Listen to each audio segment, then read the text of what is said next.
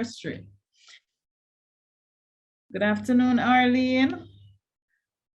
Dr. Arlene. Good afternoon. Good afternoon, Prof. Thank you for joining us this evening. Thanks for inviting me.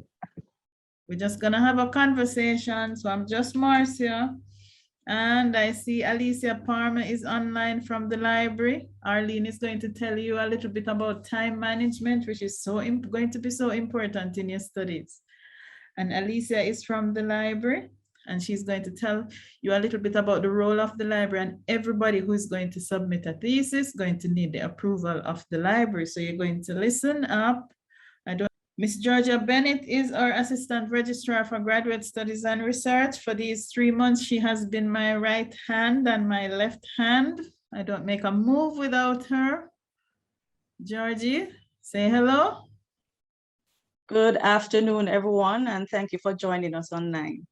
Okay, and later on, Georgie is going to tell you a little bit about some of the regulations that you really need to know so you don't get into any problems, okay?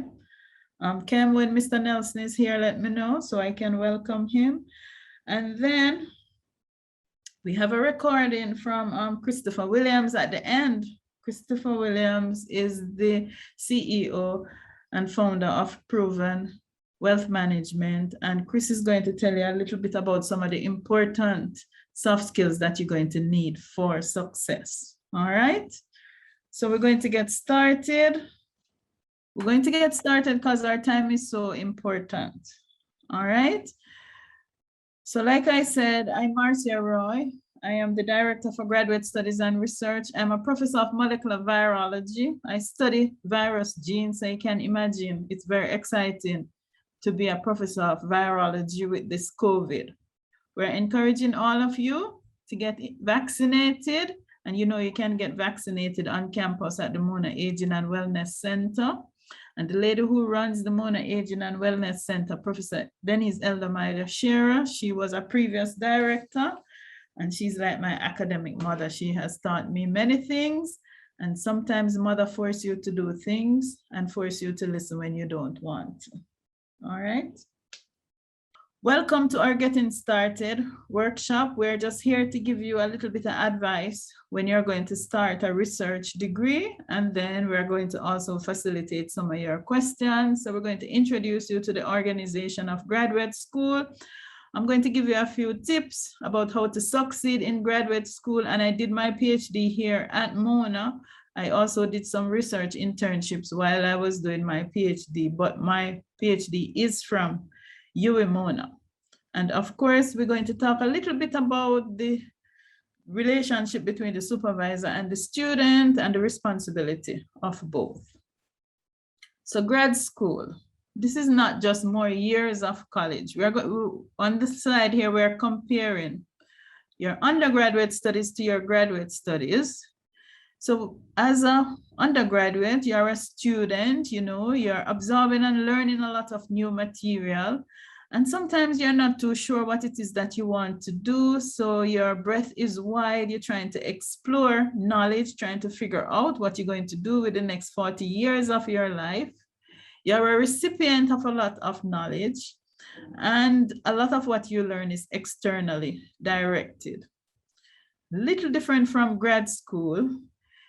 By the time you finish graduate school, you should move from being an apprentice to being an expert in that area.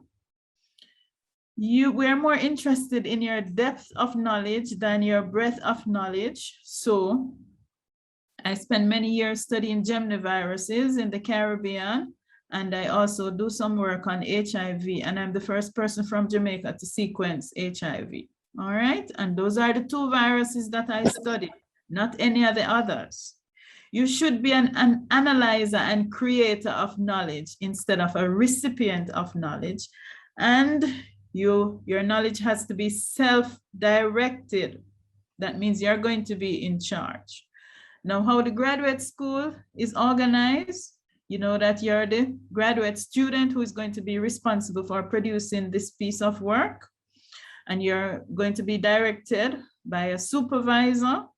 And then you have your graduate coordinator who might be in charge of your program, and please get to know your graduate coordinator. Then you have a head of department.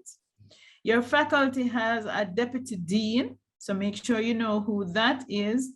I'm the director for graduate studies and research, and we also have a PVC. I'm the director for graduate studies and research on the Mona campus, and each campus have a director.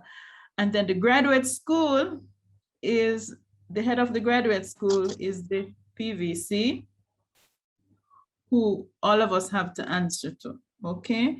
In the Office of Graduate Studies at Mona, you have graduate reps, and please get to know your rep. Each faculty have a rep. Sometimes there's a rep for specific programs. In this office, the Assistant Registrar, Miss Georgia Bennett, who will be talking to you about some of the important regulations. She's the one who is in charge, and I'm in charge of academic matters, but right now she's in charge because I am new. I don't make a move without her, okay? Then through this office, all the registrar matters, leave of absence, submission of thesis, upgrades, if you're having issues with your supervisor and it can't be dealt with at the faculty level, then it comes to us. But we don't make any decision without consulting your faculty, okay? And a lot of the decisions we don't make without hearing from the graduate student. So what is the purpose of graduate studies? And we're going to speak specifically about doctoral studies. So at this level, you must be a master of knowledge, okay? So remember, there are hundreds of viruses, but I only study 2 viruses. Remember, depth instead of breadth. And you are going to be creators of new knowledge. So by the time you're done, you're going to be an expert in that particular area. Sometimes you're the only expert in that particular area. The expected feature of a PhD: it must be independent work. It must be original. So you're going to be contributing to knowledge. So when somebody talks about Gemini viruses in Jamaica, they have to say Roy et al. That's me. Eventually, you're going to be an expert in your area. And of course, for people to know that you're an expert, then you have to produce suitable publications about the work that you have done. What does this independence mean? So the graduate student must produce original work. So you can't have produced something that somebody else have done, okay?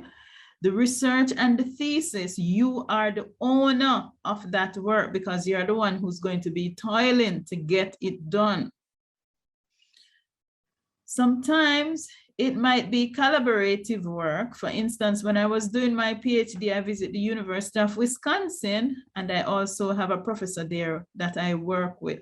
But remember, your supervisor is going to help guide you with the writing, tell you about the regulations, help you to interpret the data, but the data belongs to you, and you are the first owner of that work.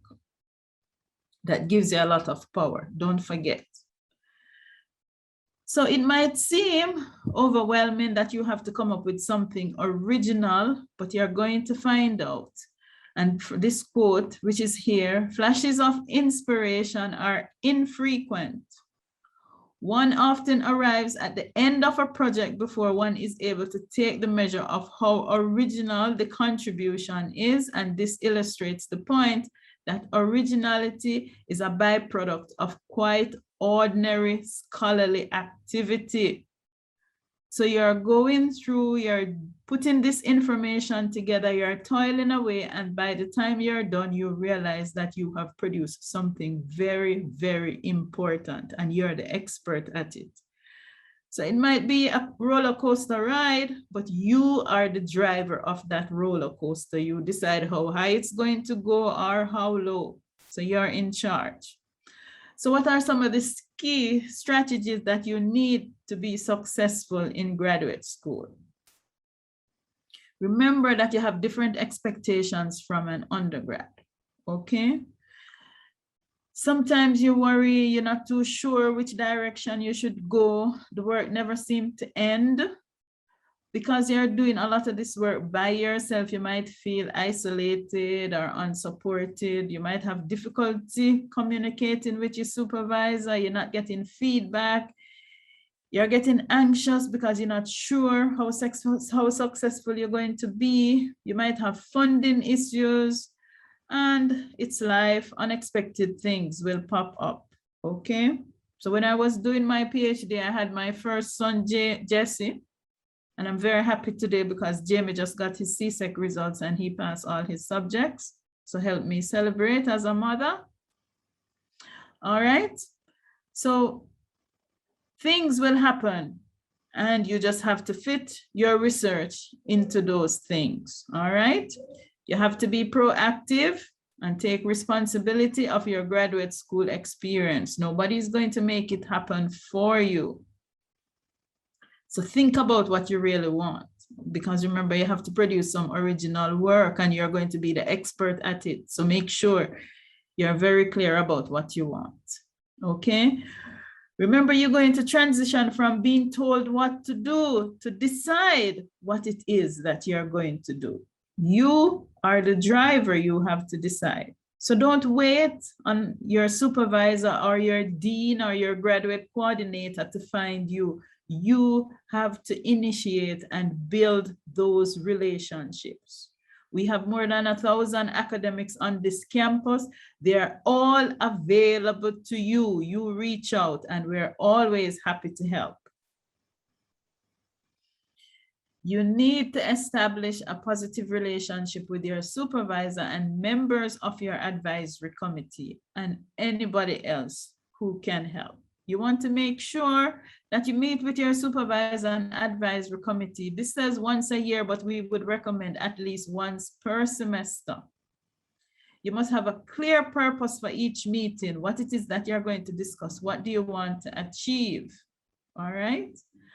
And as a graduate student, it's a little different from the undergraduate relationship where you have the student and the lecturer. Here, you're a junior colleague, okay? You're a junior academic, you're an academic in training. So the relationship dynamics is a little different. Remember, you have availability of more than 1,000 academics on the campus. All are available to you. Find the expertise wherever you need it. Seek out these relationships. Find the people who can help you. Go to seminars and lectures, something which is very out of your depth. You might learn something or get to look at what you're doing in a different way. Attend conferences, and the campus will support you and provide funding for you to attend conferences anywhere in the world. Find a conference about your area of expertise and go there and network and find others who can help you and who are doing similar research as you're doing. You must make a plan. Make a plan. Every day you have a list of things that you want to achieve. Write them down and tick them off at the end of the day. Don't just think that things will happen. Have regular meetings with your supervisor. Schedule these meetings. Don't think that your supervisor is going to call and say, listen, we need to meet. We've already spoke about attending conferences, but you can make presentation at those conferences. Be one of the experts. Apply for fellowships, apply for scholarship, apply for research grant to help fund your research. The world is open to you. Some key skills that you're going to need. You need to be organized. You need to be prepared. You're going to need those personal skills to build relationships, and you're going to have to be able to do some budgeting. How much funding do you need for your work? How much time do you need to spend with it? You need to learn about research ethics, your particular research that you're doing. Does that require approval from the Research Ethics Committee? For instance, the plant viruses that I work with called Gemini viruses, those don't require any ethical approval, but when I'm working with HIV, that requires ethical approval. So you need to know about these things. You have to balance your life, okay? Research is very important. This is a very exciting time of your life. You have so many things that you want to achieve, but it's going to come to an end and life will continue. So remember that you have friends and family outside of grad school. There are many resources that are available on the campus. Please use them. Okay, remember that you need to sleep, you need to eat properly. Okay, and you will realize that researchers, to be innovative, you're going to need adequate sleep and exercise and a healthy diet, because you will have to be critically analyzing your information. You're going to have to be innovative. So it's very important to be healthy. So you need to plan your research, write it down, set out exactly what you're going to do. Then you have to do that research, you have to execute it.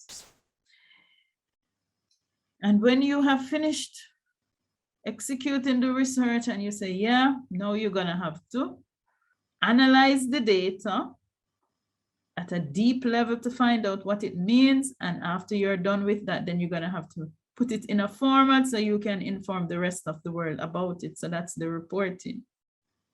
So you must have a clear plan. What are your objectives? The literature review will explain what work has gone before and how yours will contribute towards it. You need to design your study exactly how you're going to achieve what you need to achieve, and then you need to check off all of those objectives as you go along. At the end of the year, every time, just put a report together of what you have achieved that year.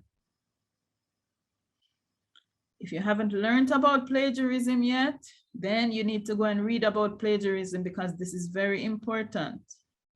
This is the unacknowledged use of somebody else's work. And there's a very high cost for it when you try to plagiarize somebody else's work. It could be that your degree will never be awarded.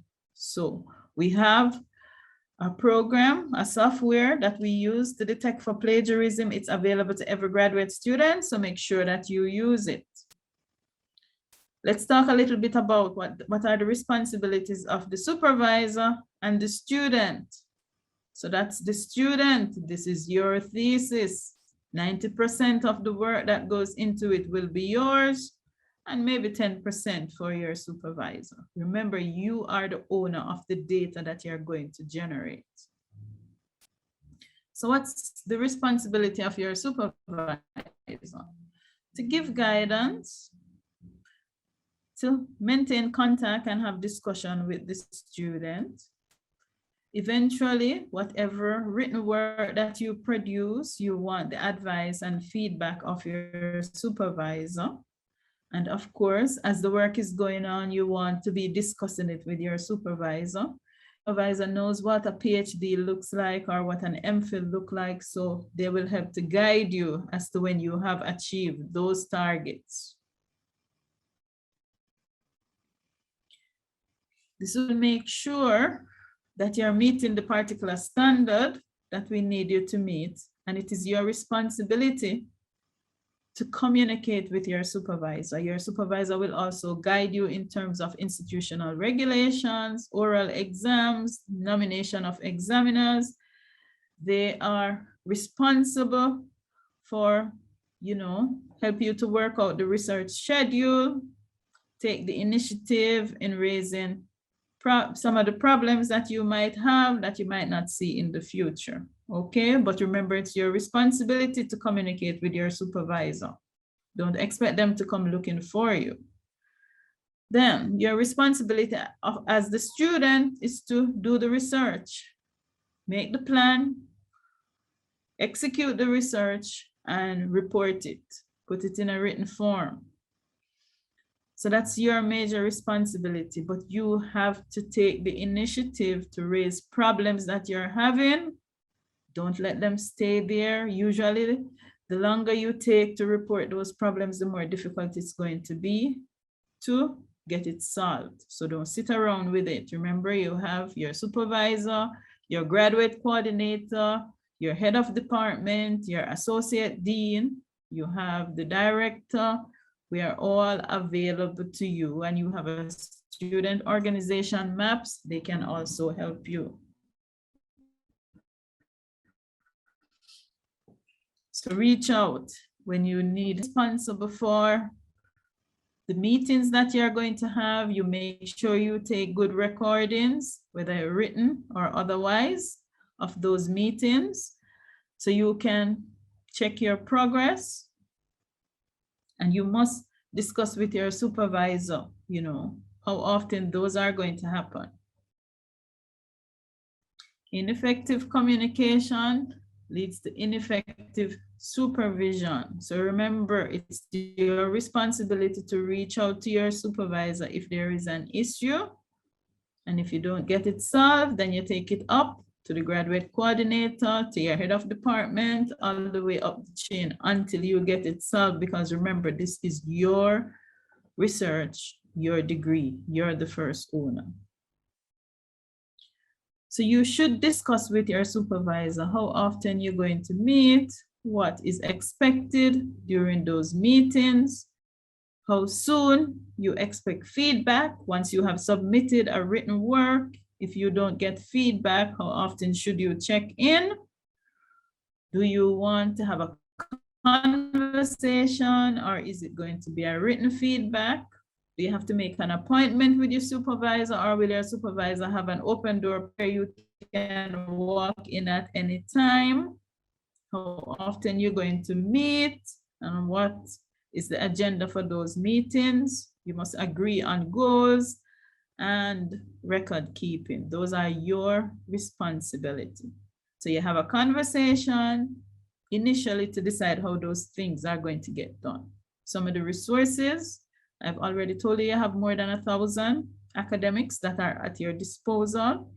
Your student organization, Mona Association of Postgraduate Students, also there to support you. The library, every thesis have to be approved by the library. And of course, you have us in the Office of Graduate Studies and Research. And Maury is the Mona Office for Research and Innovation. And they can also help you in sourcing funding or advise you about funding. So you have to be proactive. It's your research. Take responsibility. 90% of it is yours. Establish a positive relationship with your advisors and your supervisors.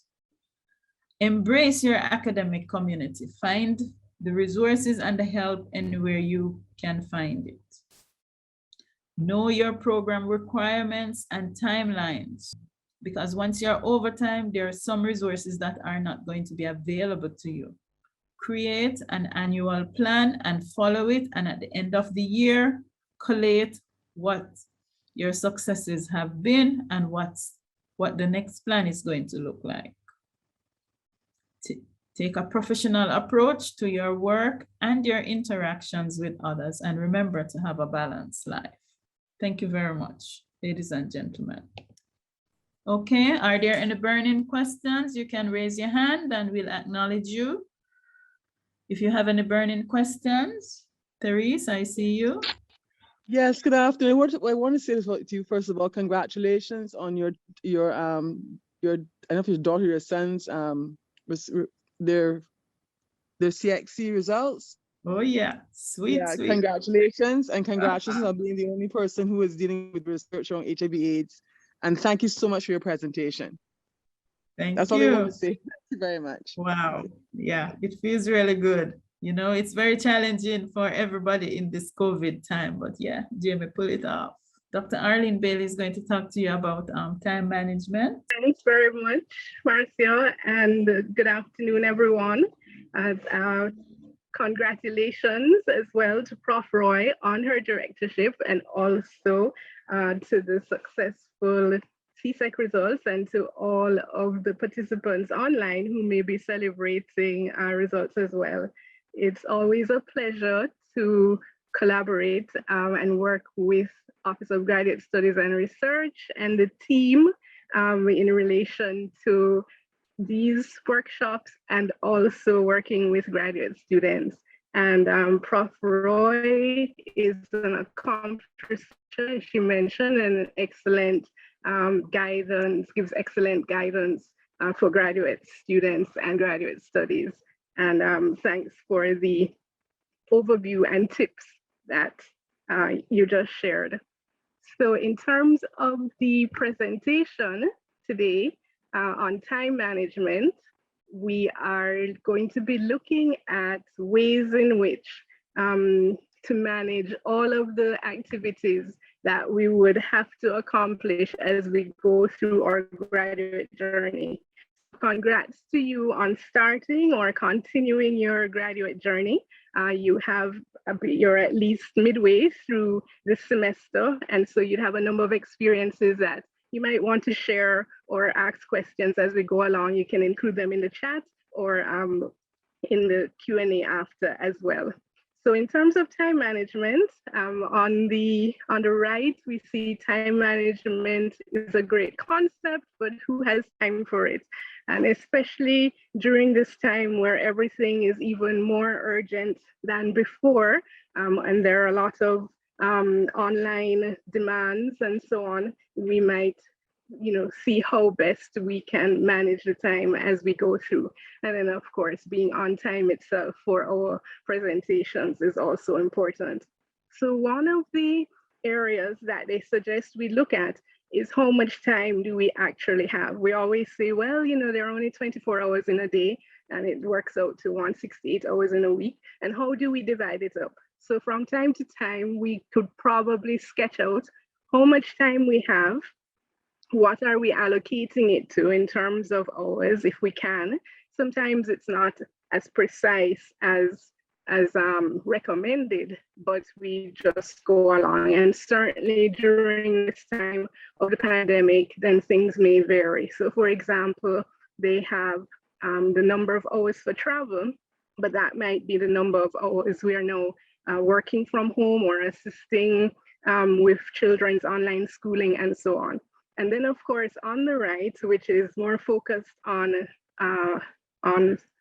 graduate and school activities, we see the professors trying to get in large chunks of the timeline when there are so many other things as well that we need to accomplish. So it's how to try to balance everything, as Prof. Roy was mentioning in her presentation.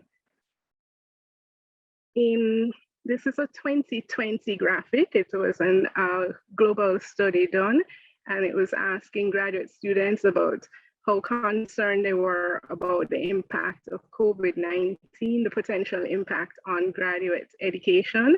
And as you can see, a number of persons felt that there would have at least be some impact on the studies. And so it's been a process of adapting to online interactions, and also figuring out how to adjust some of our research and data collection activities online as well. So congrats as we navigate this process. So one of there are various methods recommended or that persons utilize for managing time, and one that's suggested here is Covey's time management matrix, which looks at how important an activity is and how urgent it might be as well. And here it's been depicted in a number of ways. Here it's depicted in this way, and we could go through, for example, if in the top left quadrant, you would be looking at activities that might be considered important and urgent. And so for those, it's recommended that we do those right away. Now, in terms of defining and writing them down, because as we said, so many things are now considered urgent and important, we still have to figure out a way to sift through.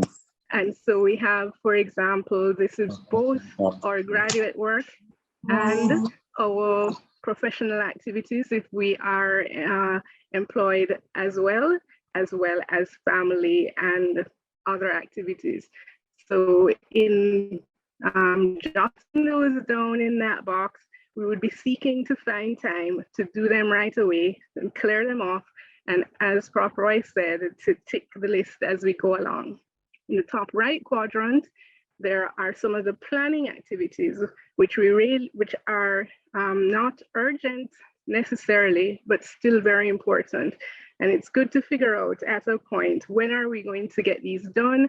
They provide the guiding framework. We still have to find time to plan our research, our school activities, and also our other life activities. So that's a very important area as well.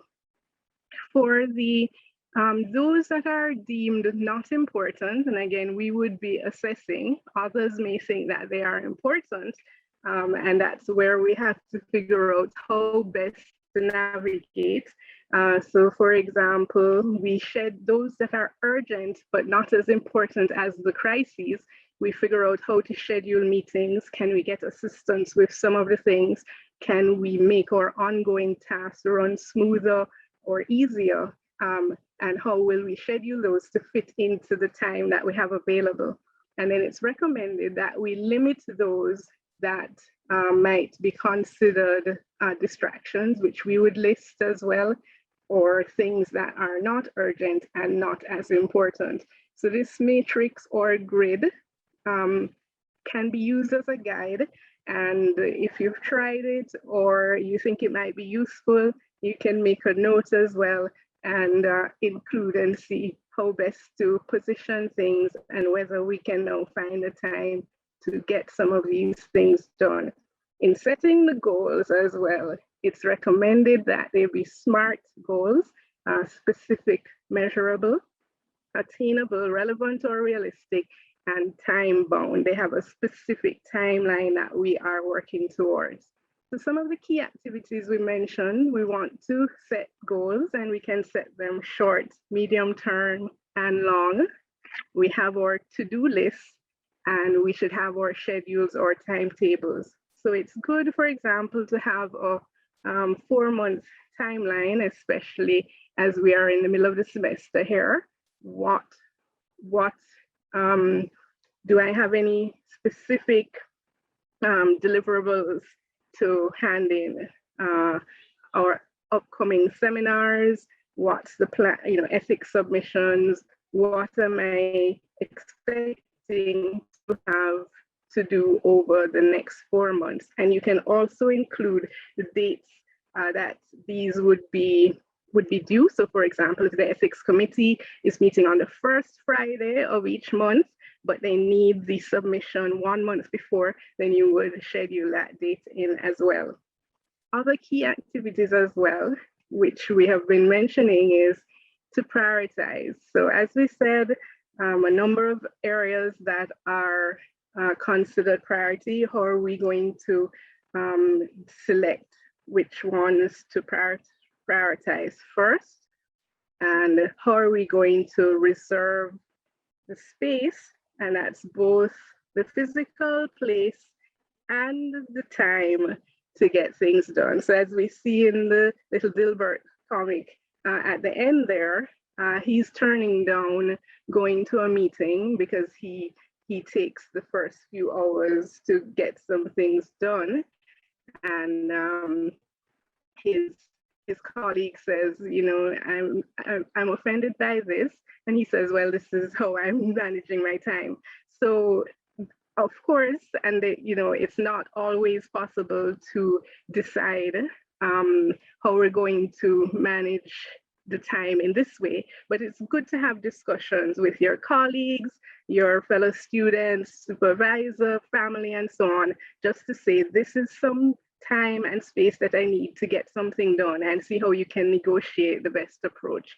At the top, remove distractions. At the top, they're saying that the smartphone is it helps me be very productive when I've turned it off. And then of course, rewarding accomplishment. So even ticking off the checklist as you go along is a bit of reward to say, okay, we've gotten things done.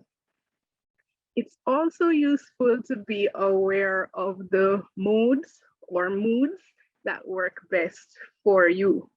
So here, for example, Calvin is saying that he is most creative at the last minute.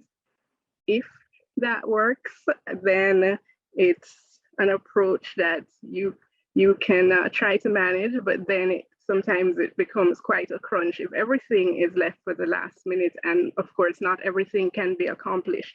So reading in advance, knowing the dates that you're working toward in advance, and knowing when the ideas flow best. So is it when you are driving or walking? Do you work best in groups or individually? And there might be different variations for different activities. So it's just to assess and be aware of when you work best, and hope that you can schedule time around that as we manage our time. So some of the key resources, and as Marcia had mentioned in the presentation, the OGSR team, always very willing, knowledgeable, able to help, and they have a nice list of the staff and representatives on the website, the graduate coordinators, the program coordinators, and several of the colleagues who will be presenting in this session as well are good resources. And of course, your supporting networks, both at school, at home, and at work. So going through as well the regulations, we must know the regulations, and Ms. Bennett will be presenting on that. If you have core courses and requirements, to know those as well very clearly, and to be familiar with the UE software that's available, and of course the systems for checking your registration, making sure you're financially clear, all very important to help you do things ahead of time, which helps with time management. Mapping your timelines as well, and using available resources and tools. So tools such as when you're doing your annotated bibliography, tools that help you map out the readings to keep them. You might do it in an Excel sheet, you might use EndNote, some persons might still do it by hand. So you decide again what works best for you, and always keep a backup of your information as you're working along. So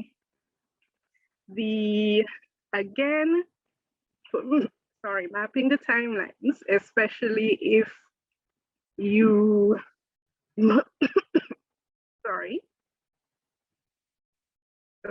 especially if you are doing the MPhil PhD, so you would be mapping the upgrade exam and your work towards that as well. During this time of the pandemic, you might be looking at online options. So at Thesis, we have a data bank with a number of data sets that are available.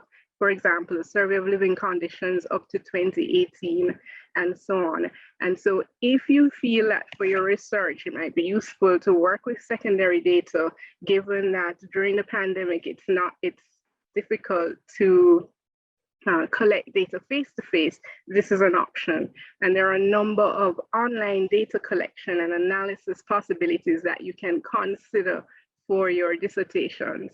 And this is across several disciplines that many of these tools can be used as well.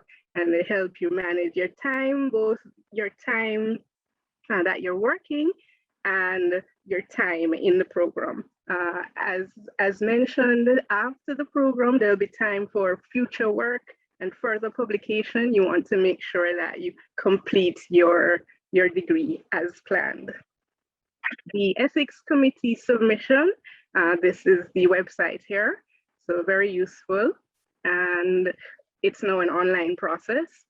And then also there is a city ethics course that the university recommends, as well as once you complete the modules, so it's about 24 modules, and once you complete those online, you can pace yourself, and as a guide, once you complete it, you can apply to grad studies for it to be added to your transcript as FE 6000. So it's something to consider if you need research ethics in your studies. The University Counseling Service, always a good support and offering a number of online options at the moment in terms of contacting them, individual counseling, anonymous counseling, and it's always good to just have someone to talk with as we are managing and getting through the regular process and our journey during this current time. So as we mentioned earlier, we want to look at how we can set up the time management matrix as best as possible and see how we can work through that. Any feedback or any areas that we want to share as we go along, we welcome. And we look forward to working with you, and we wish you good luck in your journey in the program. Thank you very much, Arlene. Thank you for those words of wisdom. So Mr. Nelson, Ruel Nelson, is here to talk to you a little bit about the bursary and you. Whenever I have any payment issues for any of my graduate students, then Mr. Nelson is always the one that I reach out to, and he always is a trove of advice. So Mr. Nelson, welcome. Good afternoon. A warm welcome is extended to all here this afternoon. It's certainly good to be here. I'm going to be presenting to you on financing tertiary education. Now, this is a topic that is well researched. I mean, any Google, a search engine or such like would show you about 257,000 hits. As a matter of fact, it is a large part of our thinking on the campus and a large part of the strategic plan. And we know it is a large part of your plan as well. And that's why we want to discuss that with you this afternoon.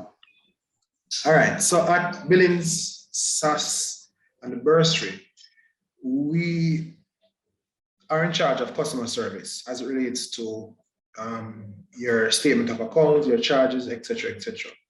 Our role includes ensuring that the billing is accurate, ensure that the payments that you make at various payment agencies are loaded, and that we bill and collect from not just students, but also from scholarship donors and other persons who are on campus. You would have been an undergrad student already, so you would have known that there are various types of expenses on campus, such as miscellaneous tuition, halls, etc., etc. There are a few more that is on your screen there. Persons usually find the last one very entertaining, the one of credit, as that can amount to a lot of money to a student at times. So you need to ensure that you budget for how much you talk. We have a commitment fee. As a graduate student, you will be required to pay this fee as well. It is usually used to offset miscellaneous fees or any other fees that you have outstanding. So it is not in addition to another fee. For the postgraduate fee, if you Google UWI fees, you will see them online. Once you register though, you'll have access to it on our online systems, whether it is banner self-service or, all right. So if you Google UWI fees, you're able to see it on your computer. The miscellaneous fees is $6,737 for the entire year, which includes health fee, guild fee, copy fee, etc., etc. So I'll just hover on this one a little bit. So there are various options that students have to pay their fees, including help from the government of Jamaica, or if you're a foreign national from your own government. There are past scholarships, SLB, etc., etc. So if you come to SAS, we can give you some more details on these institutions and what they offer. We also have a regular bank loan, So if you're a customer at a bank, you can access that service to finance your fees as well. All right. There's also option for paying your fees, which includes the obvious one of paying by cash, getting some family friend, grandma, grandpa, or some civic organization, NGOs, etc., to pay your fees. So I'll just hover on this slide a couple of seconds for you to have a look at it. For those persons who work on campus, you may qualify for tuition exemption. You can also pay your fees for, via salary deduction. And since many graduate programs are either by course or by credit, you will have the flexibility to pay for what, or register rather for what you can pay for, whether it's by course or by credit.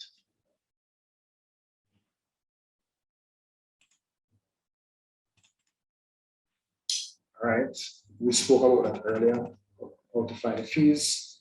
When you check on the first link, you'll get to this screen here and you click on graduate programs. All right, for those courses that are quoted in US dollars, the exchange rate is 155.35 for the semester. We will be told when executive management decides what the rate is for semester 2. For those persons who are coming from UWI, you have known about the BOSS system already. That's the BOSS, that's the Bursary Online Student System. That's where we have a internet-based software that serves our services to the students remotely. And with that service, we're able to show you your student of account. You're able to apply for installment plan, for residence installment plan, apply for letters, see exactly where you are in your SLB status, apply for refunds, etc., etc.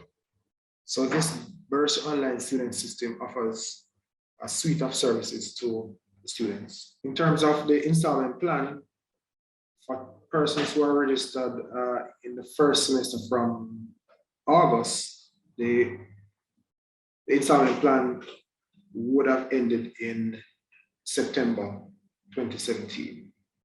September 17 rather, 2021.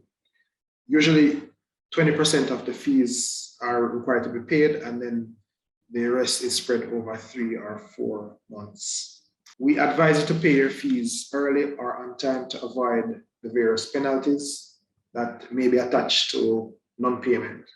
They include an attachment of a 1% late fine on your account for each month that the fees are outstanding. You'll be blocked from exams, especially in this COVID period where many of the exams are online. You might have a challenge sitting exams, whether it be mid-semester or final exams or quizzes or such alike. You might have a challenge getting access to your records, such as transcripts, etc. Now we have the collection agency. If your account is passed to the collection agency, then they usually use methods to collect that the campus would not normally use by themselves. So we advise you to pay early. For persons who are paying on time or not paying on time, your information is passed to the credit bureau. So what the credit bureau essentially does is that it builds up a credit history for you, whether it's good or bad. So paying your fees on time helps you when you are going to be borrowing a loan or transacting any business with financial institutions. Also, we communicate with the council of the various disciplines. So whether it is General Legal Counsel for law, whether it is the one for the medical council, we communicate with them, with persons who have not honored their financial obligation to the campus. So again, we advise you to settle early to avoid these penalties. If you're having challenges, we ask that you reach out to us so that we can work something out, or we can provide guidance in ways that you can settle your fees. If you want your spouse or some other third party to have access to your information or to collect letters on your behalf, then they will have to fill out what is known as a proxy form. That is a form that authorizes another person to transact business on your behalf. This has been implemented to protect your privacy and your confidentiality. These are the various payment options. When paying your fees, you have the Registrar, Edecom. You can pay online. You also can use Paymaster, Western Union, Jane Bank, NCB, and Bill Express. We want to remind persons that the entities that you're seeing on your screen is the only authorized agencies that is authorized to collect monies on the university behalf. So you can't give money to me personally. I'm not authorized to collect money on your behalf. The cashier does that. No other individual should collect your fees. These are the only persons that should collect your fees. And I say this again to background of some fraud that took place a couple of years back, where many students were defrauded because they paid money to persons other than these institutions. All right? You can contact us via email or WhatsApp chat, or you can telephone us as well. Our working hours are 8:30 to 4:30 Monday to Fridays. And we will take your questions now. We have about 4 minutes for questions. So Nelson, I went to the graduate, my tuition on my portal is currently incorrect. I went to SAS twice and I was informed that they would have made the changes. However, that has not been done. I keep going back and nothing has been done. I was told that they were waiting on graduate studies to provide some updated tuition thing so it can be changed. I'm not sure what's happening. All right, if you send me an email, I will be able to look into it. My email address is, I'll just type it there for you. Thank you, sir.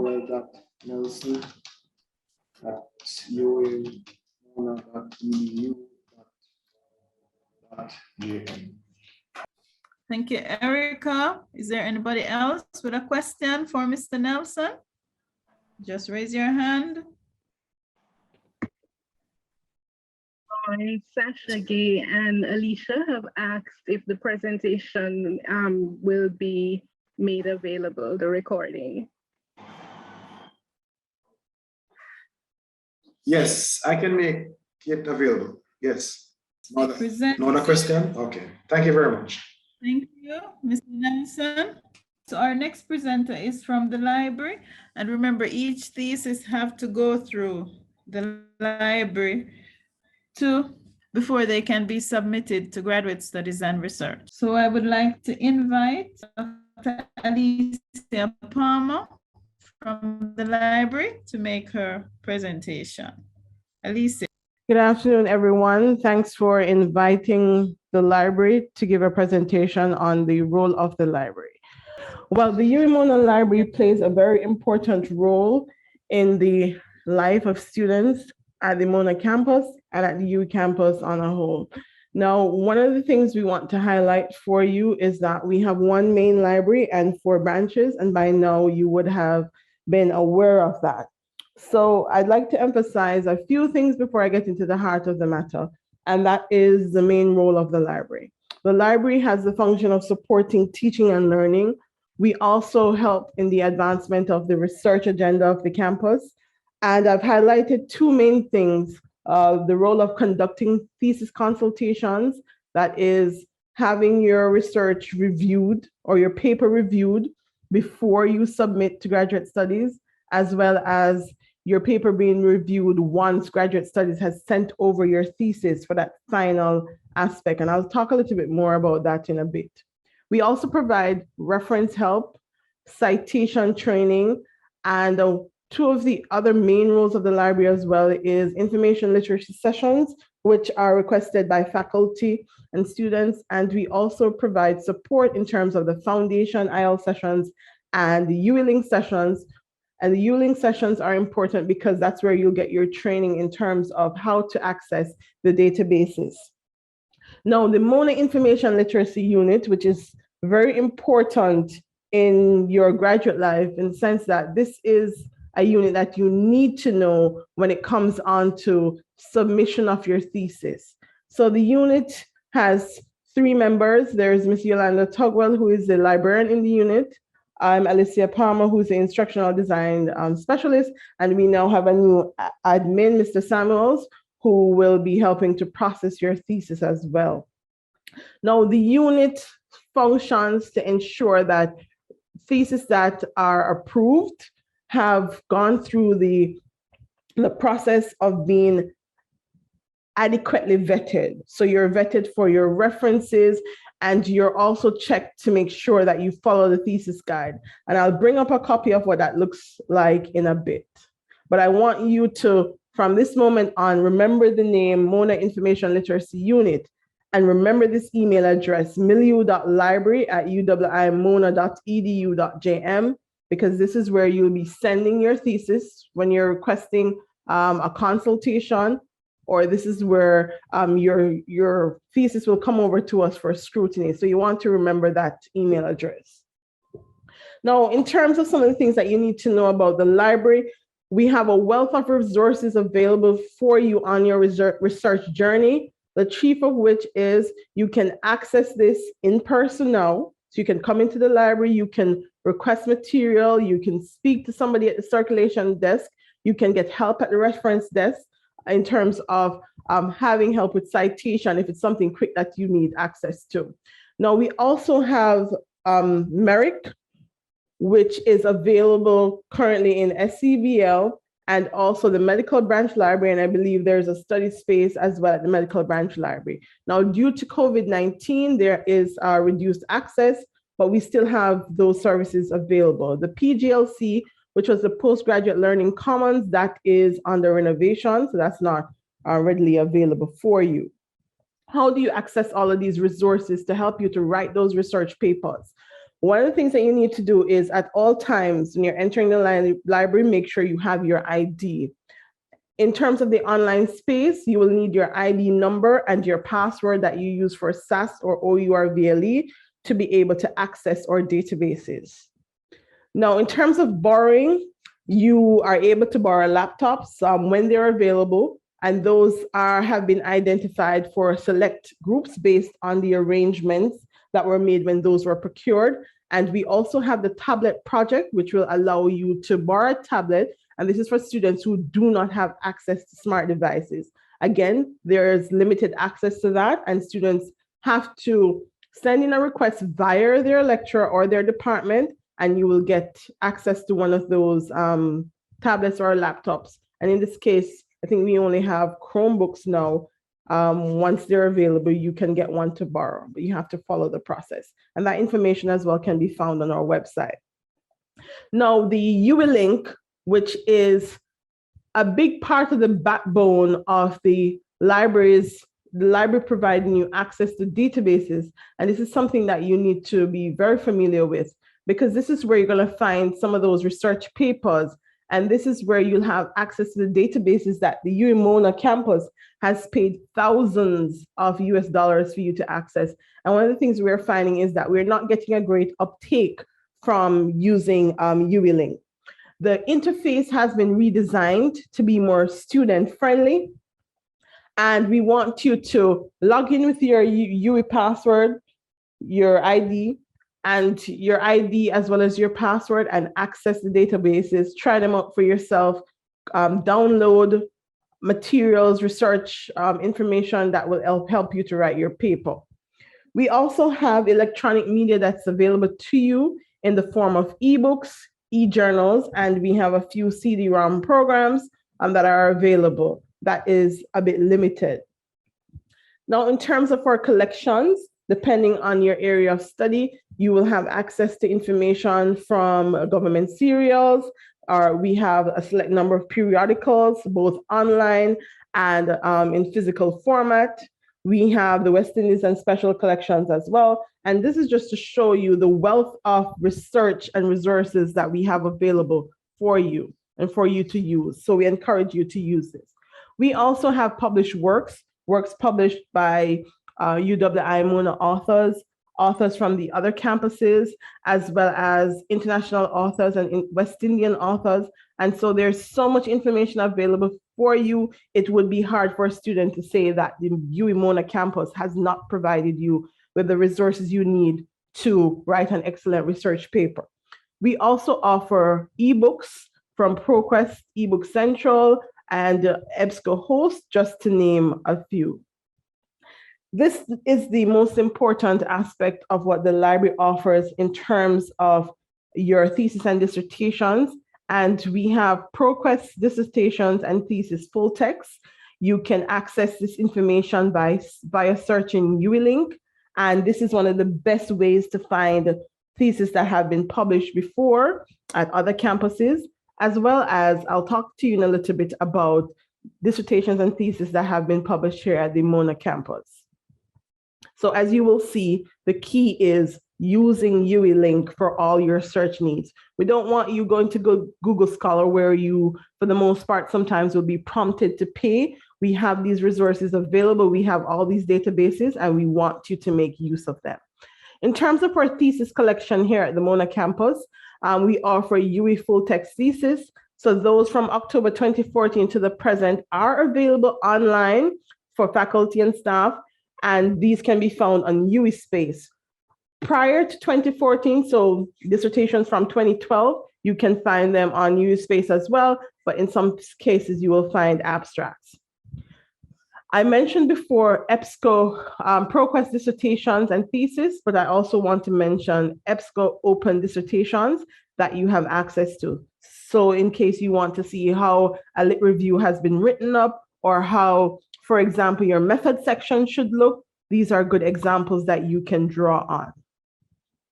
Now, in terms of the support that we offer our graduate students, as was said before, we have information literacy sessions, thesis consultations. We even have a Hall of Residence program. So for example, if you live on campus, a librarian is available in your residence hall to assist you as a postgrad.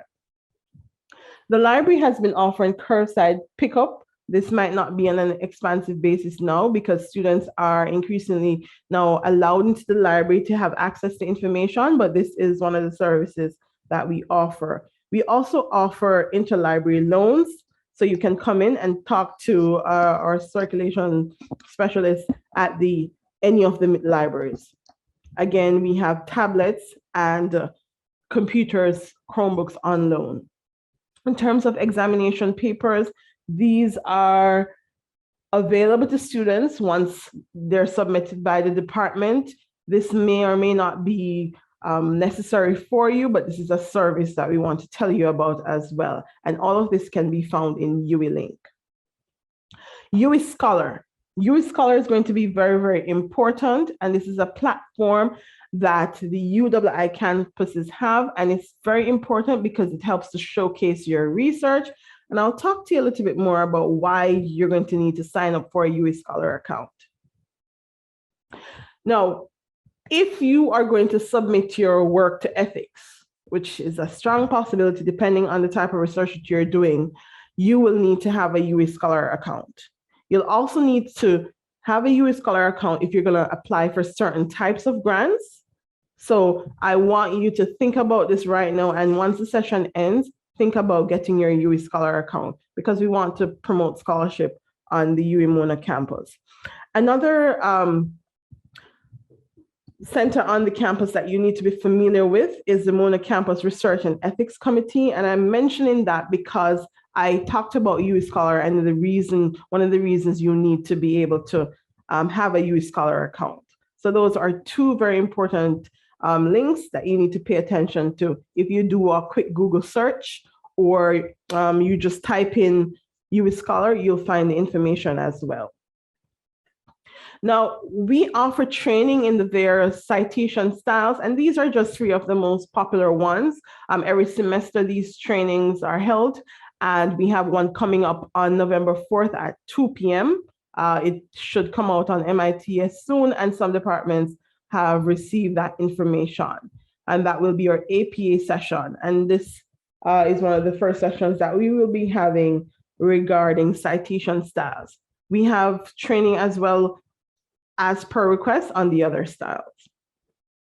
In terms of reference management tools, we offer training, and these trainings are held at specific times of the year. For example, this week during our open week, there was an EndNote session that was held. These sessions are usually requested, and in terms of the timeline for having these sessions, it's based on availability, but we usually can make arrangements for these sessions once there's somebody available, a librarian available to do the session. Now, the heart of the matter, thesis, scrutiny, and consultation. Remember, I said in the beginning that we needed to remember the name MILU, which stands for Mona Information Literacy Unit. Why do you need to know about this unit? It's because this is where your thesis will come if you need some feedback before you submit to graduate studies. And the feedback is not in terms of content. That is not our purview. The feedback is in terms of your citation style and if you're following the UA Thesis Guide 2015 correctly. And that's what we check for. And what we found is that oftentimes students submit their papers and they have never seen the UA Thesis Guide. And it takes a lot from us in terms of reviewing this because they didn't even know that a thesis guide existed. Nevertheless, no need to fear. This is what the UA Thesis Guide looks like. It's in electronic format. And one of the ways that you can access this thesis guide is by going directly over to the Graduate Studies website. So this is a website that you need to make your friend. Make sure you know the different links and how to access them. You're going to click on the document section and you'll scroll down to thesis guide, and this is what it looks like. Now, sometimes when you do the search online, you will see your thesis guide, but what you will find is that the thesis guide is coming up as an older version. You will need to make sure that you're going to the Graduate Studies website under the form section to get the 2015 version, which is the version that we are currently using. So download a copy on your computer. If you need to print a few pages or have it on your phone or device, make sure that you start from day one looking at what is required for you for when you write your thesis, so that when you get to that stage, it will be ingrained in your mind. Now, how do you find the library? How do you access us? So to find the library, you can find us online at www.mona.uwi.edu/library. And that's where you will gain access to UWI. And again, we have training at select times during the year. If you're having challenges accessing the databases, we have our UWI training. If you need reference help, you can reach out to reference.library@uwimona.edu.jm. And again, the MILU email, here it is in front of you. Make sure you take that down with regard to thesis. And you can also reach out to us on Instagram, Facebook, Twitter, YouTube, and the handles are on the screen. And I think that's it for me in terms of the library's role in your research journey. Utilize the resources, and we look forward to hearing from you. Librarians are accessible, and once you reach out to us, we'll make sure that your request or query is routed to somebody who can assist you. Thank you so much. Thank you very much, Dr. Palmer. I don't know if there's anybody who have any burning question for Dr. Palmer. Please go ahead. Good afternoon. Thank you, Dr. Palmer. That was very, very informative. And I also want to thank you for helping me out earlier in the year when I asked you for a one-on-one tutorial. That was very I did. Okay. You're welcome. we also have Miss Yolanda Tugwell, who is in the chat as well. So we want to thank her as well, because she is the librarian who is behind the scene, towering sometimes over 5 or 6 theses at a time. So thank you so much for that commendation. Thank you as well. But I'm still having a struggle, so I may need to get in touch with you soon enough. Okay. EBSCO, Taylor and Francis ProQuest, I tend to hit upon are not secure, or if you get access to ProQuest, it will give me no more than 36 pages of the thesis that I'm looking at. So but the biggest challenge is oftentimes I come on the UA link, I find what I'm looking for, and then I have to go to Google Scholar because I am blocked from actually accessing the documents. All right, so when you say blocked, are you talking about you're not seeing, apart from the instance that you gave of the 36 pages, are there instances where you're not seeing anything? Are you logged into UA link? How are you accessing the database?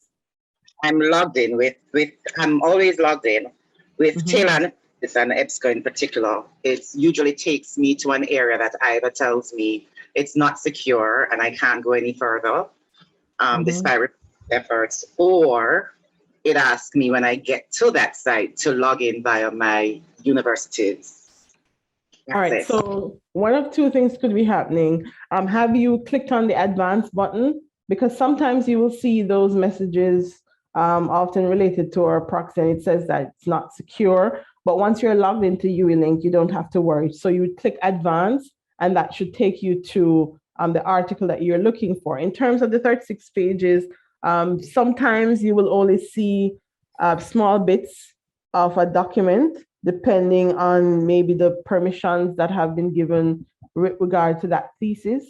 So that is something that we would have to look in for you. So we'd have to probably run that search to see what happens. Because it may be that the permissions were not given for all of that thesis to be shown, or it could be something related to your location. So you're maybe getting kicked out once you try to log in. So you could probably send us an email to reference.library@uwimona.edu.jm, and then we could look into that further for you and probably try to run the search with you so that we see what's going on, because there's no sure way to tell until we see what you're seeing. Thank you. I'll definitely send that email. Thank you. You're welcome.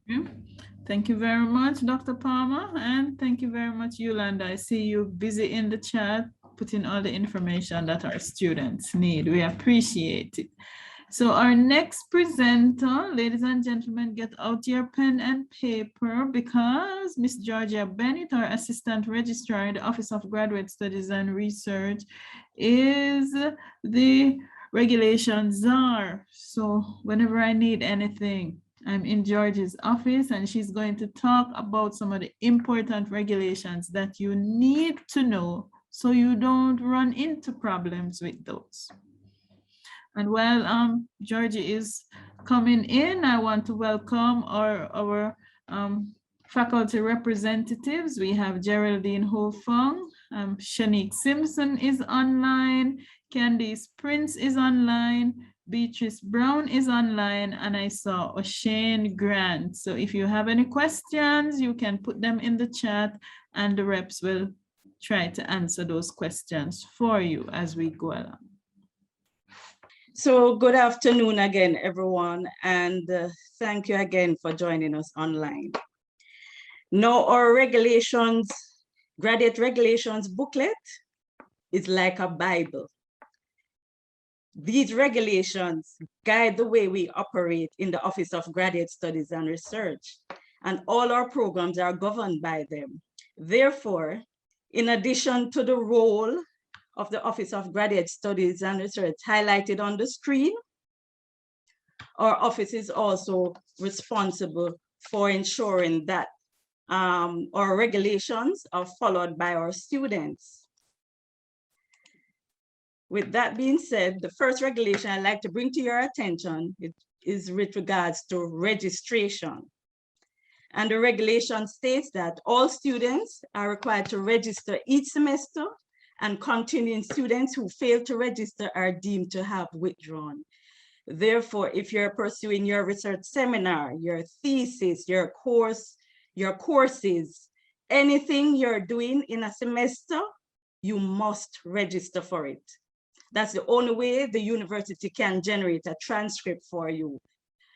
The regulation also says that the registration dates are normally provided by the Office of the Campus Registrar. Now, students may have a good reason for not registering. It may be a medical reason, personal reason, financial. The student is required to request leave of absence. And the regulation says leave of absence will not be granted for leave of absence for a semester. For leave of absence for the academic year shall be submitted by the end of the third week of semester 1. And just to add that there's a late penalty fee for late leave of absence requests, which starts at $4,000 and it goes up to a maximum of $16,000. I'm also adding also that leave of absence requests must be submitted online via SAS using the automated student request module, also known as ASRM.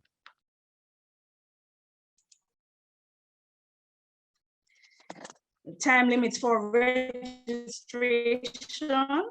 The regulation says MPhil student is 2 years full-time, 4 years part-time. Professional doctorate, 3 years full-time, 4 years part-time. PhD, 3 years full-time, 5 years part-time. And candidates for the MPhil are required to submit their thesis for examination within 3 years of their initial registration for full-time studies and 5 years for part-time studies. The regulation also states that candidates for PhD and professional doctorate are required to submit their theses for examination within 5 years of their initial registration for full-time studies and 7 years for part-time studies. The minimum period of registration for a taught master's degree shall be 1 year full-time, 1 year for full-time students and 2 years for part-time students, unless the Board for Graduate Studies and Research in any particular case otherwise decides.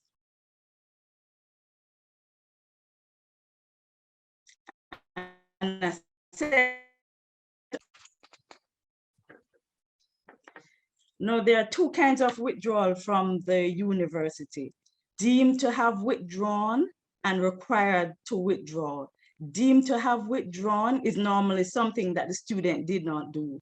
The student did not register for a semester. The student deemed to have withdrawn. The student did not submit his or her coursework assignments, and the semester has ended, and the university doesn't know whether the student has an issue. That student deemed to have withdrawn.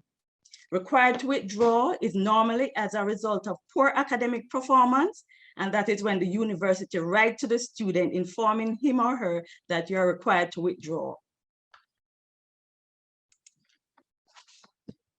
Now, students who are deemed to have withdrawn or required to withdraw, in order to come back into the university system, you have to apply for readmission. And the regulation says applicants deemed to have withdrawn may apply for readmission at any time. Applicants required to withdraw will be considered for readmission not less than 2 years after their withdrawal, unless the Board for Graduate Studies and Research in any particular case otherwise decides.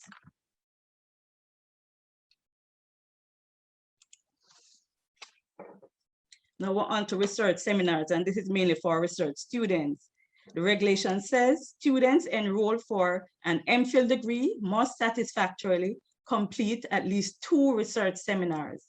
Students enrolled for a PhD degree must satisfactorily complete 3 such seminars, and students enrolled for professional doctorate must satisfactorily complete research seminars as specified in program requirements. Cheating. Well, what is cheating? According to the Graduate Regulations booklet, cheating is any act intended to benefit oneself or another by deceit or fraud.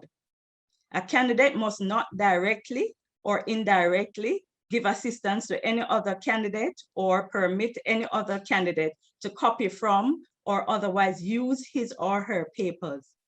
A candidate must not directly or indirectly accept assistance from any other candidate or use any other candidate's papers. These behaviors will be regarded as cheating. And just to add that the university has a zero tolerance approach to cheating.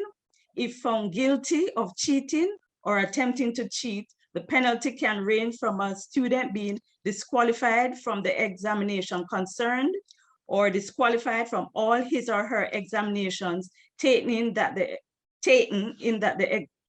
examination session, or disqualified from all further examinations of the university for any such period of time as it may be determined. And plagiarism, I think Prof. Roy and Dr. Bailey spoke a bit about plagiarism. And again, according to the Graduate Regulations booklet, plagiarism means unacknowledged use of words, ideas, or creations of another, and includes situations where the student reuses without acknowledgement their own previously written texts, ideas, or creations when writing any new work. There are two levels to plagiarism. Level 1 occurs where small quantities of the work are affected and or the breaches are minor. It includes cases of cosmetic or poor paraphrasing, negligent referencing, or incorrect or missing citation. Level 2 plagiarism occurs where large quantities of the work are affected and or the breaches are serious. It includes cases in which a significant amount of material is borrowed or directly quoted or cosmetically paraphrased with no attribution at all, or attribution insufficient to indicate that the borrowed material is not the work of the student. And again, the university has a zero tolerance approach to plagiarism, and if found guilty, the penalty can range from a reduction in marks, which would have otherwise been awarded, to being dismissed from the university with or without the possibility of re-entry. So effective this academic year, that is the 2021-2022 academic year, all our new graduate students pursuing postgrad certificates, postgrad diplomas, taught masters, and professional doctorate programs fall under the GPA grading scheme, while our continuing students, that is students admitted to the university prior to this academic year, will continue under the old marking scheme. Now to my right is the GPA marking scheme, and to my left is the old marking scheme. At the graduate level, 50% is a pass mark under the GPA marking scheme. The letter grade associated with that is the letter grade C.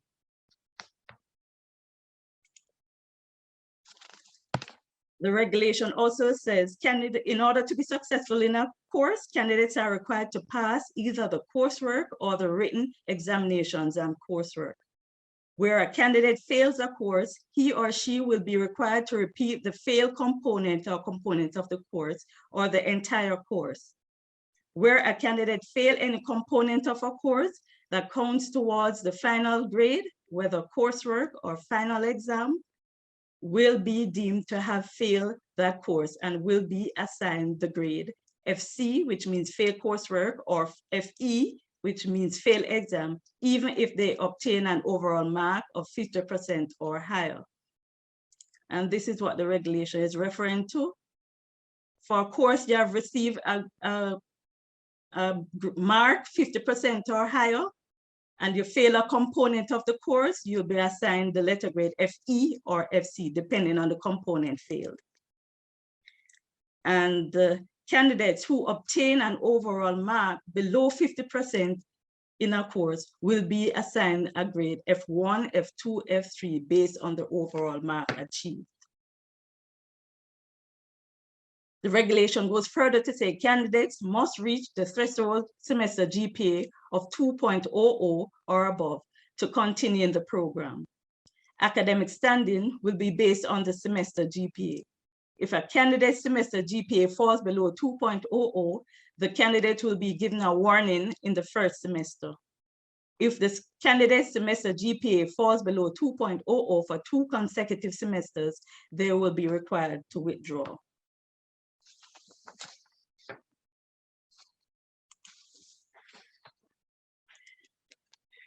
And students who are dissatisfied with their examination results should report his or her dissatisfaction in writing to the campus registrar, and such a report must be made within 2 weeks of the publication of the results.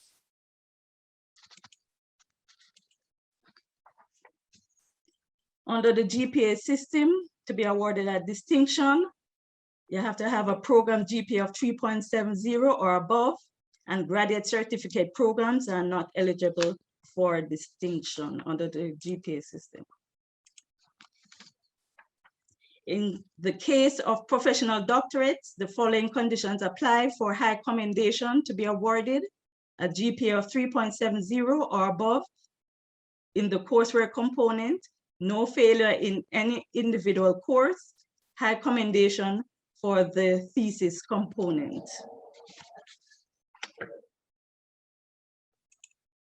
In the case of MPhil and PhDs, the following conditions apply for high commendation to be awarded: at least one of the examiner's reports must make the recommendation at the point of examination.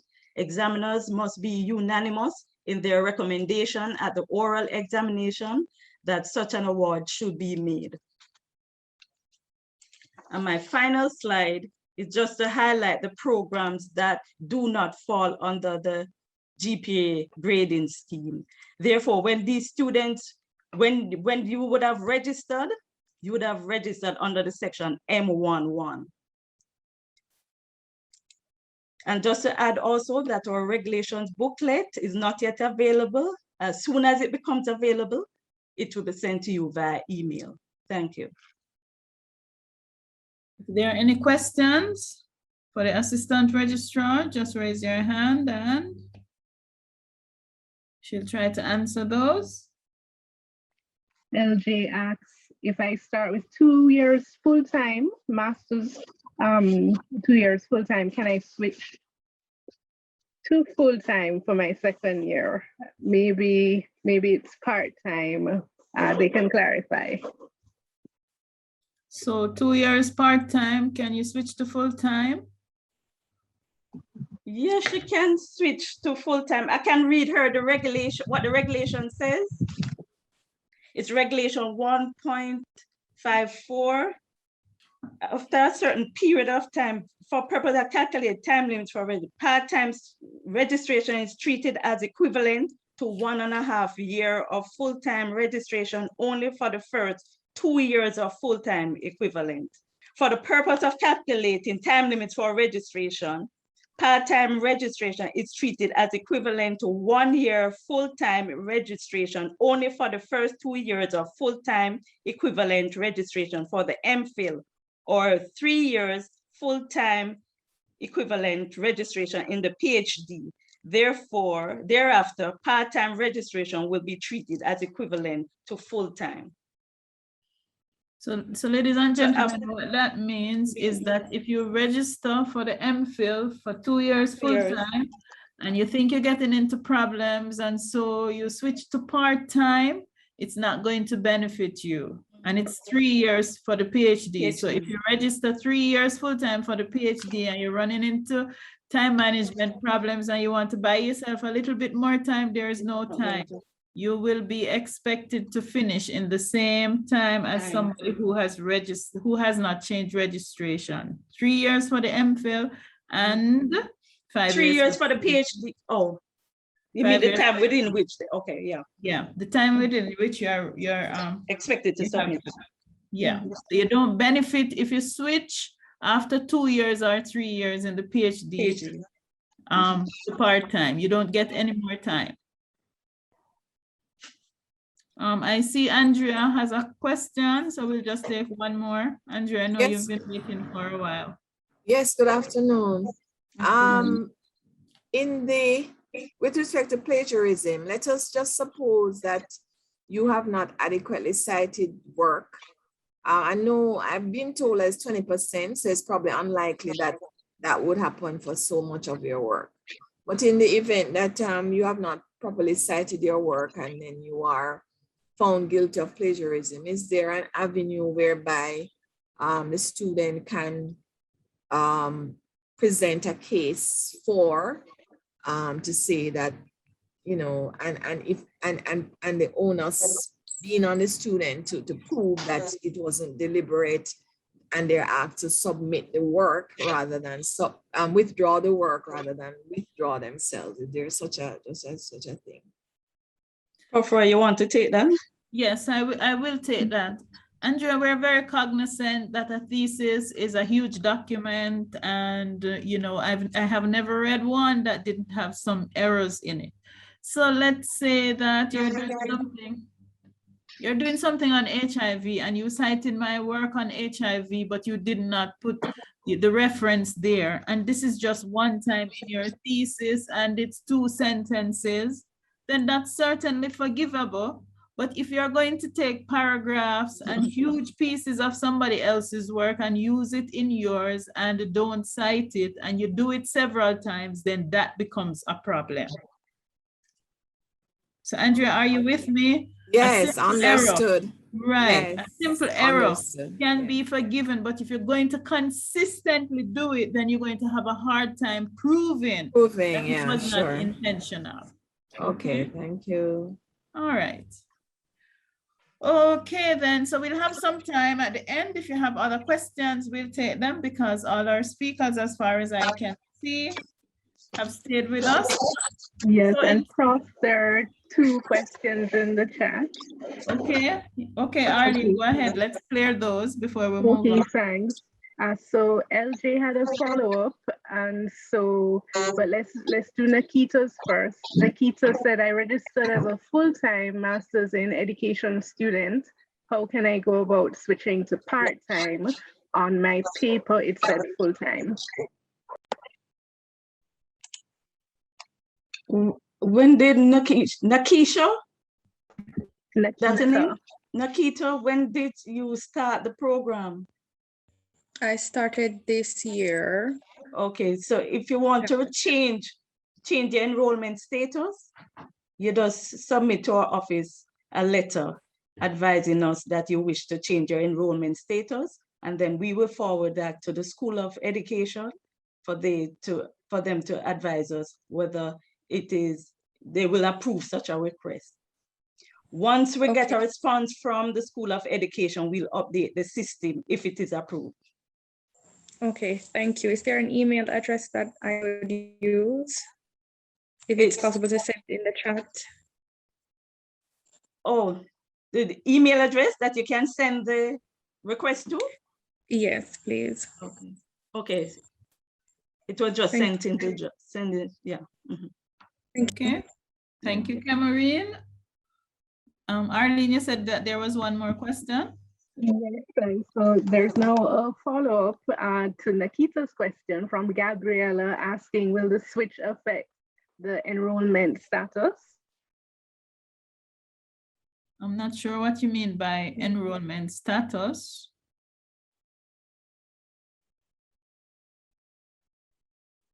Switch from what? One of the research degrees? Gabriella, would you like to clarify?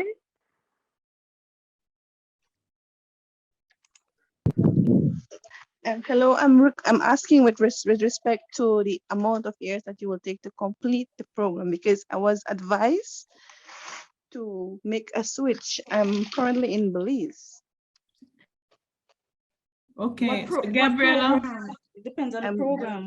The program is Mathematics Masters in Mathematics Education. And you were a full-time student? Yes, I just started this academic year as a full-time student. And the amount of courses I'm taking is 3. So, and based on the payments, it's already paid for, but I'm my one of the advisor asked that I move from full-time to part-time. So my question is, will that delay the time in when I complete the program? Part-time students are normally expected to finish within 2 years. Okay. And And full-time, for 1 year. full year one time, what would be the maximum number of courses that I would be taking per semester? I couldn't give you that information.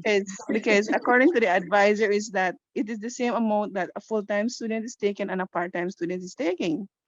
Okay. So hence the reason I'm not too clear on that one. The department would have to advise you as regarding the number of courses a full-time student carry. And then you'll determine if it's only 3 you're doing, they will well, maybe that's why they advise you to change your status, because you're only carrying 3 courses. Yeah, because they are telling me that it's the same amount that the part-time students is taking as well. Right, right. 3 courses, I think, is what is the maximum for a part-time. I'm And not for a sure full-time? across the board, but I know some programs 3 courses maximum, some courses 2 courses is maximum. So okay. So I think you have to speak with your department, and if they advise you, all you have to do is follow their advice and submit your request in writing. Okay, sure, ma'am. Thank you very much. Okay. All right, we'll take one from Neil before we move on. Yes, good afternoon. My name is O'Neill Osborne. I should have started this year as a part-time student for the MPhil Electronics and Computer Systems Engineering program. I had accepted my offer, but to this point, I still haven't been able to register for any courses. Don't know what courses I should have been doing. I don't see myself registered on SAS. I don't see anything show up on BUS. I have engaged the Faculty of Engineering many times to figure out what's happening, if I could get some guidance, but I'm not sure. But I'm wondering now, given how far gone the semester is, and I've basically still haven't been able to register, is it possible to register if I could start my registration in semester 2 of next year?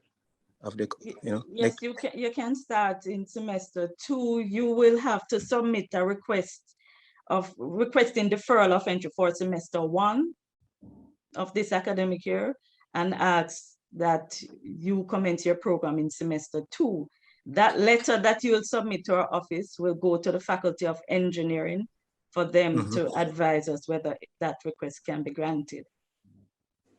Okay. All right, thanks. But the Faculty of Engineering would have to guide you as to the courses you are required to do.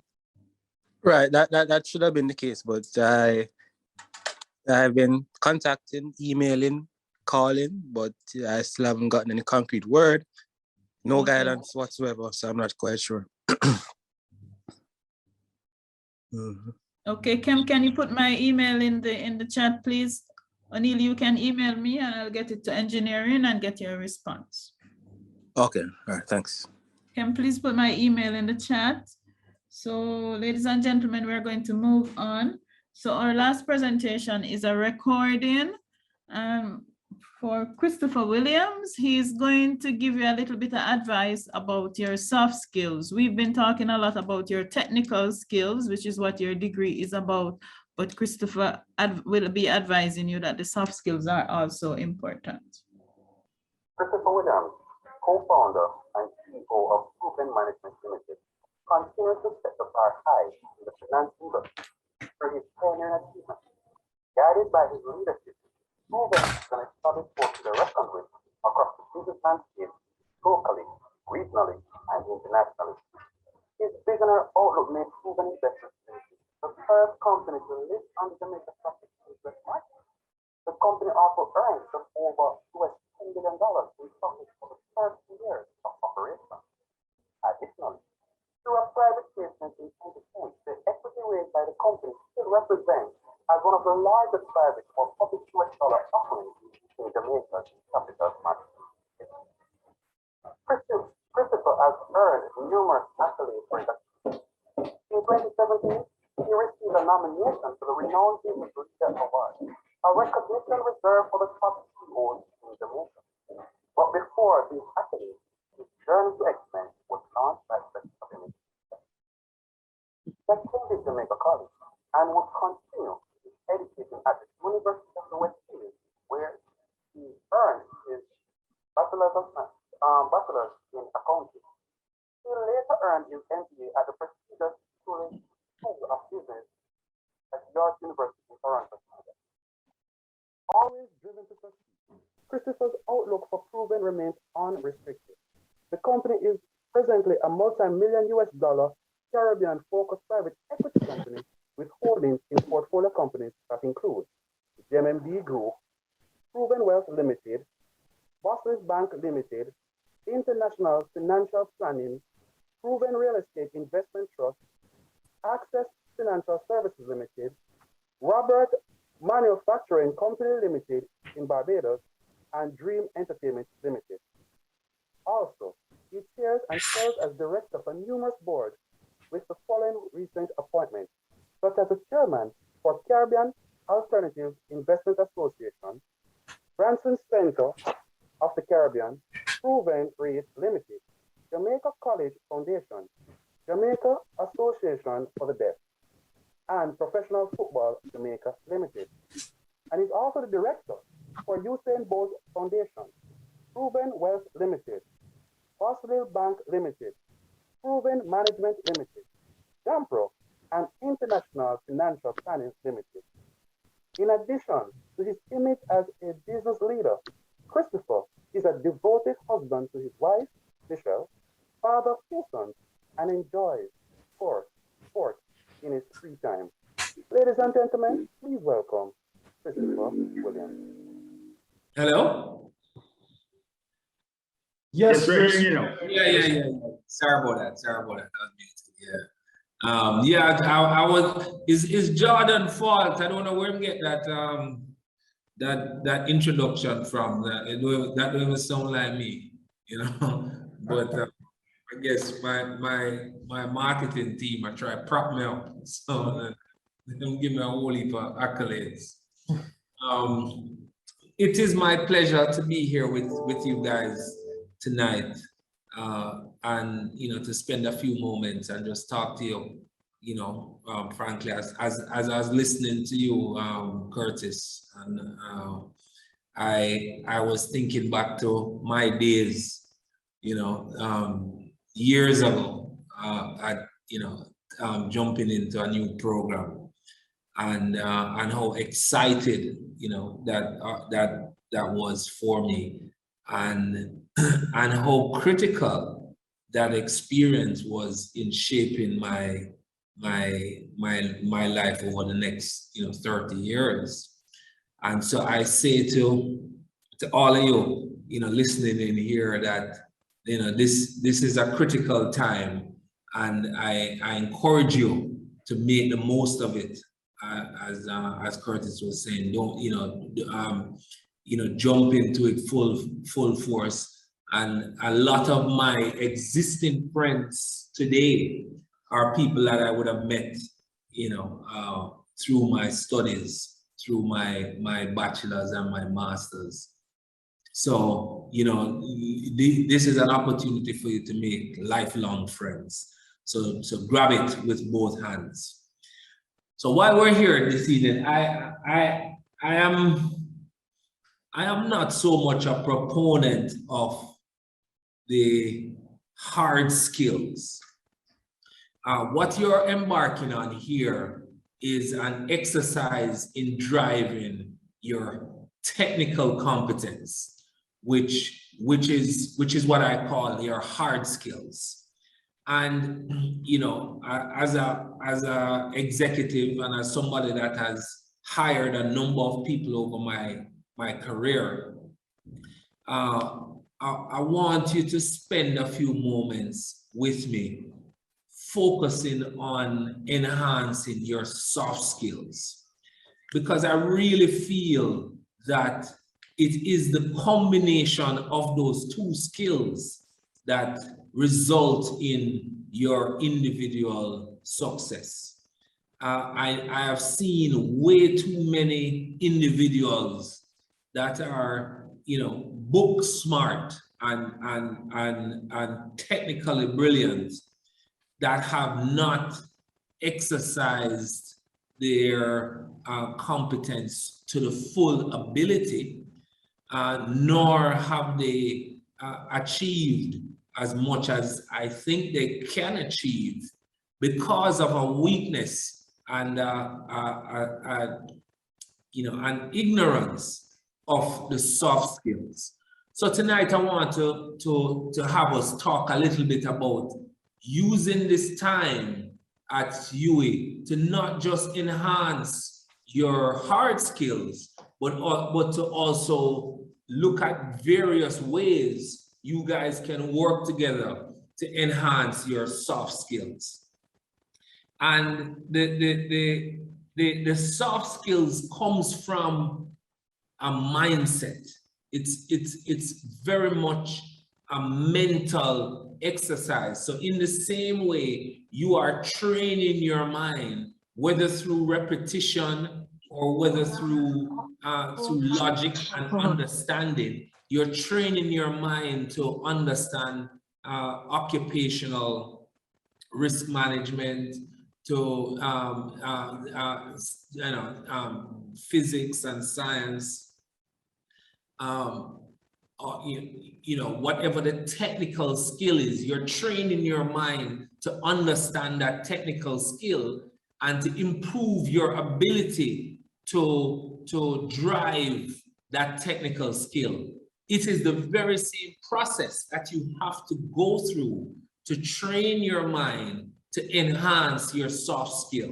So let us understand that even though you're not going to be sitting in a classroom and the lecturer is guiding you through a process, and basically beating you over the head to get you to learn and understand the technical competence, I want you to go through that very same discipline to appreciate your soft skills and to learn and grow your soft skills. So spend the same amount of time. You spend 4 or 5 hours a day in lectures and in reading and in studying and homework and all of that, in growing your technical competence.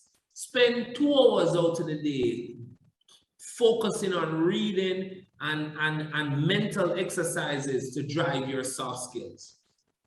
Now, the critical definition of the soft skill for me is what I call a success mindset. And I think I'm very passionate about my high school. I had the good fortune to go to the world's greatest high school. And I know a whole heap of schools say that, but in the case of Jamaica College is the truth. But and the high school experience in Jamaica is really a blessing because it trains your mind through some sort of mental exercise throughout the 7 years that brainwashes you into thinking that you are in fact the greatest. Just by stepping onto that campus, you are in fact the greatest. And it gives you what I define now, years later, as the success mindset. That's what I was able to achieve in my 7 years at Jamaica College, is just a mental attitude and confidence that is a success mindset.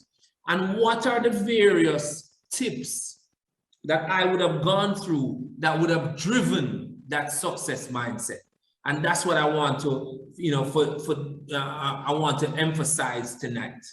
So the first tip that I felt drove that was a rigid appreciation and discipline for smart planning.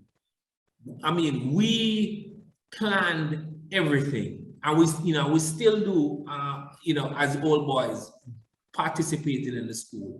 we plan. I mean, it may not be, as I said, it's not technical plans, but it is success-oriented plans. So we would sit down and spend hours talking about how we plan to win champs and how we're going to, every single point that we would achieve, and every single race, every single jump, every single throw, how we were going to execute that throw, and how the individuals involved would participate, and how champs would end up. And we would go through this. I mean, I'm thinking back, no, as I was planning for this presentation, I'm thinking back, no, that I've been going through this for the last 35 years, like every year, just, you know, planning champs and how much points we're going to get.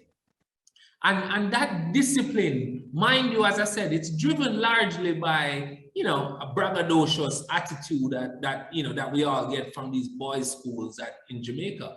But it gives you a tremendous discipline on smart planning, on being specific, being measurable, you know, all the full acronym of the word SMART, and ensuring that we execute our plans in that way.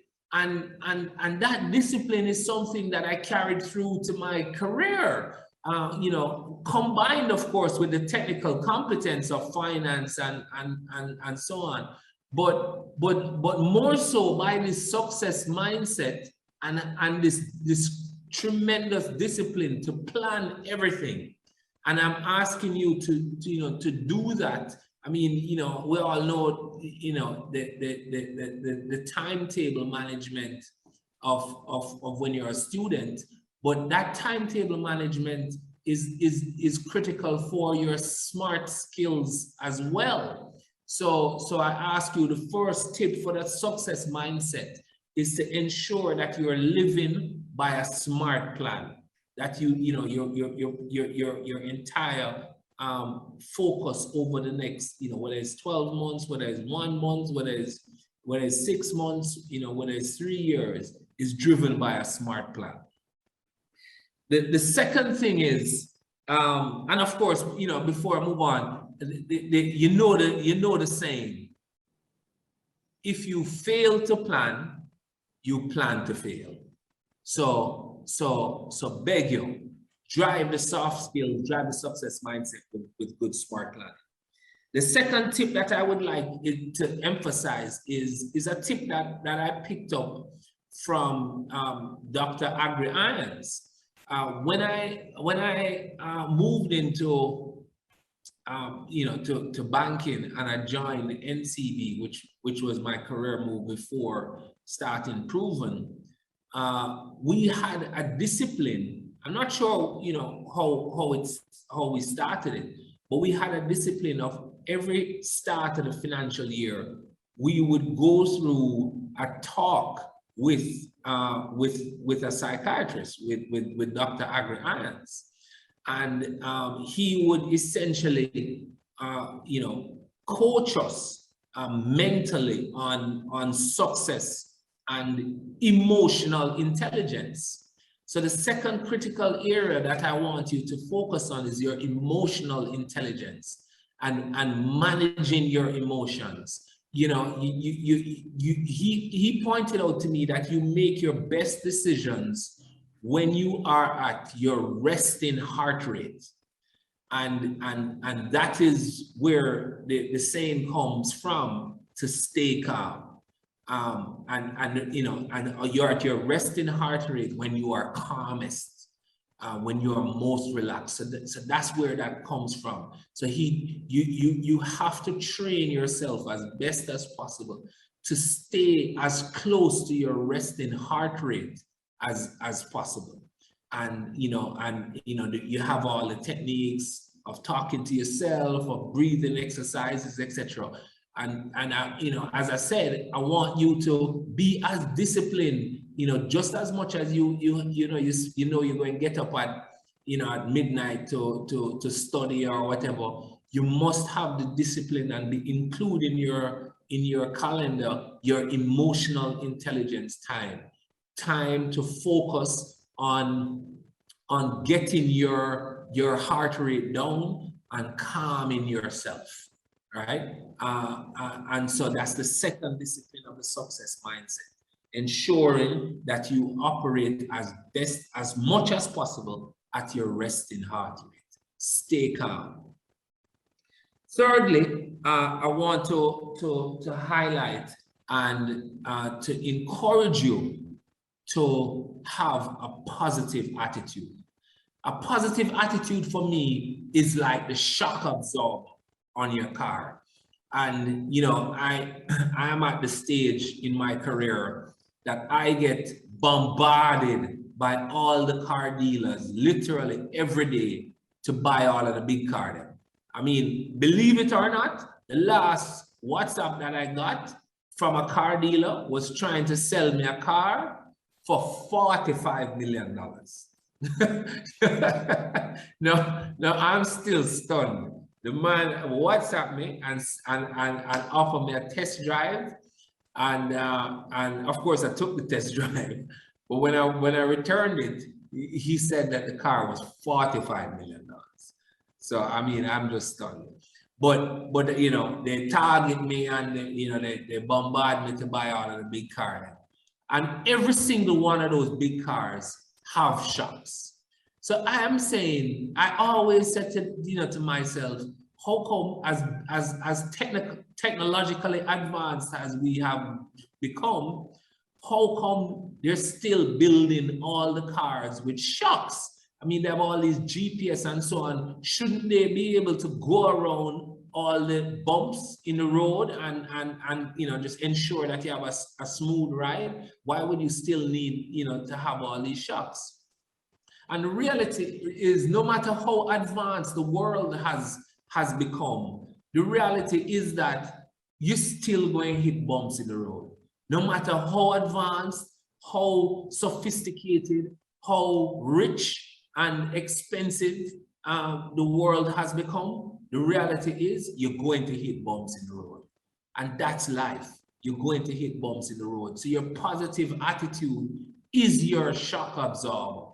You know, you have to ensure that you are keeping your shock absorber as well tuned as possible, so that when you hit those bumps in the road, you can fall back on your shocks and your attitude and allow it to work, which is to take the hit, absorb it, and then just bounce you back. And that's what I want. Attitude determines your altitude. I'm telling you, we do these interviews and we don't hire people just from resumes. So it means that your technical competence is only going to get you so far. So even if you get A+++++ from Curtis, it not gonna get you the job. I still going to need to sit down in front of you and pressure you and see just how much shock absorber you have. Because I know, as smart as you are and as great as the University of the West Indies training is, you're still going to hit a bump in the road, and I need to know how good your shock absorbers are. The fourth is what I call the Usain Bolt tip for success mindset, and that is perform. That is action. So that is ensuring that you deliver on whatever it is you are tasked with. And I note the presentation by the president of the Faculty Association, and I wondered how many of you are actually going to sign up to join the Faculty Association and to participate. And it is these soft skills, participating and executing and being a team player, getting involved in all of the social extracurricular activities, and really maximizing the experience. Those are the things that help you to be a success-minded individual and drives you way beyond the limits of your technical competence. And that's what we got with Usain. Usain wasn't just, of course, a fast runner, but you saw that he delivered on the big stage. He, you know, no matter what experience he would have gone through and how he would have lost in the pre-races leading up, when it came time for the finals of the 100 meters at the Olympic Games, you know I'm going to deliver. And that's what I want you to demonstrate.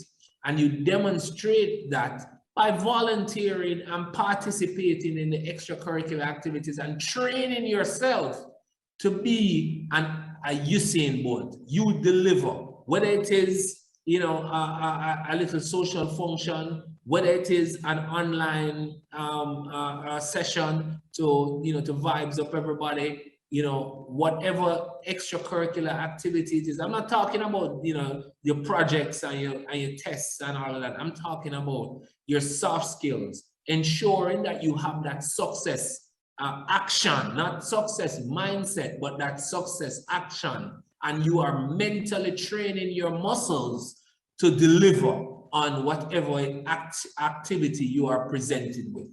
Right? You must have that. And that's what we got from Jamaica College. You know, we have a big sign that when you drive into the school, it is the school of champions. We don't want to come second in a champs.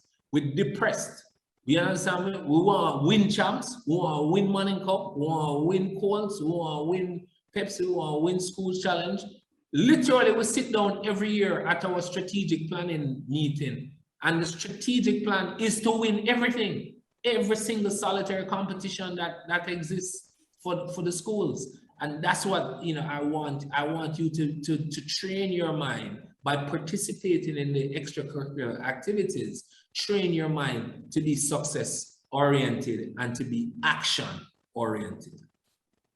Finally, I want to give you a saying that, you know, once you have kids, you know, you learn this saying and you have to repeat it fairly often. And that is, in life, you either win or you learn. You never lose. And that is an important saying. You either, and you know, as I said, you need to repeat that to yourself, because this is something that I live by and that I try and train my kids on. You either win or you learn. You never lose. And that is obviously because there are going to be experiences that you don't get the grade that you wanted. You don't get the girl that you wanted. You don't get the job that you wanted. You don't achieve one of the goals that you set out, one of your SMART plans. And what you have to understand is you take responsibility for it and you sit down and you say, what is it that went wrong? Is it my, in the case of Usain Bolt, was it my start? Was it my drive phase? Was it my acceleration? Was it my finish? Was it my concentration? Was it my form? He breaks down his 100-meter race down to the last second and identifies where exactly in the race did he go wrong. And and you hear Shelly and them all the time. It's just amazing to me. They always say, that they didn't execute. So they have a plan for every single solitary second of the race. And they didn't execute X or Y perfectly. And they learn. So, we have to take a leaf out of that book. And we have to understand that, that's a given in life. You're going to have days where you're going to learn, where you didn't win, but you never lose, you learn. So ladies and gentlemen, thank you for giving me. I know I'm a little long-winded, I love to chat. But I wanted to spend a few moments with you tonight to basically encourage you to dedicate a lot of your time on soft skills. I'm begging you, I know you're bright and you're brilliant and you spend a whole lot of money to go to UA and all of that, and that's great, and that's a good piece of paper, and it's great technical skills. But I'm here to tell you that that's only a half of the journey. The other half of the journey is in your corner, is at your fingertips.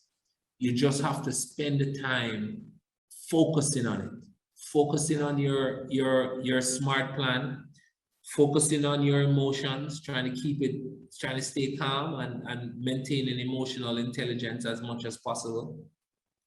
Focusing on your shocks, making sure your shocks are in good working condition, getting up in the morning and taking a deep breath and looking at the mirror and say, yes, I am the greatest. I am hot as hell. Even though your belly big and you really need to lose some weight. Talking to yourself and giving yourself that positive affirmation to build your positive attitude. Be about, deliver. Make sure, practice, train yourself to be action-oriented. So when it comes time for the big day, whether it is to plan this session, this welcome session, and making sure that it comes off all right, doing the work behind the scenes, training yourself to deliver and being action oriented. And then finally, in life, you either win or you learn. You never lose. That's all. Thank you very much. Thank you very much for that, Cam. As I told you, it was a recording. I don't know if anybody thought of any questions that you might need to have answered. I know we've gone over a little bit longer than we expected, but I thought that would be an important motivational talk for you to get some soft skills. Often we don't think about those things. Ladies and gentlemen, anybody with any questions, either for the graduate studies team? I see we still have Arlene with us, or for the library team before we end this session. Yes, thanks, Prof. So from the earlier session, Therese Odell James is asking, who is the best person to email regarding progress on a fee waiver request as a staff member? Is that handled by the bursary or by OGSR? That's handled by the HR. Okay, by HR, thanks, Therese. And then I'm not sure if LJ eventually clarified what was needed, but maybe could mention it now or email as a follow-up. Okay, Arlene, thank you for your support. Ladies and gentlemen, we did not appoint you for that role, but you did beautiful. Thank you for your support, Arlene. Okay, yes, no problem. We're happy to assist. Yeah. Ladies and gentlemen, do you have any questions for the team? GB, when will registration be open for semester 2? We don't have that information as yet. That information going to come from the campus registrar's office. And it's normally sent by email directly to the student. Okay. So if there are no more questions, ladies and gentlemen, thank you very much for joining us this afternoon. I especially want to thank Dr. Arlene Bailey. You noticed that Arlene was also helping us with the questions in the chat, and I did not ask her to do that. As I said before, thank you, Arlene. Mr. Nelson, thank you for your presentation on the bursary. And everything that goes wrong, we blame the bursary or HR. That's what we do. All right. Alicia, Dr. Palmer, the library is so critical to what we do at graduate studies. No thesis is accepted until we get a report from the library that it is formatted properly and they're following all those rules in the thesis guide. And of course, you're a great source of information. the Assistant Registrar for her presentation on the regulations. Ladies and gentlemen, sometimes we run into problems because we're not paying attention to the regulations. And of course, Christopher Williams for his motivational talk. All right. And we thank you, Prof, for chairing, excellent chairing, and yourself and the OGSR team for inviting us. Thank you very much. All right, so we're going to end this meeting now. Ladies and gentlemen, have a good afternoon. You have our contact information if you need anything. Thank you, Tracy, and thank you, Benny. We appreciate that. All right, bye-bye. Bye, everyone.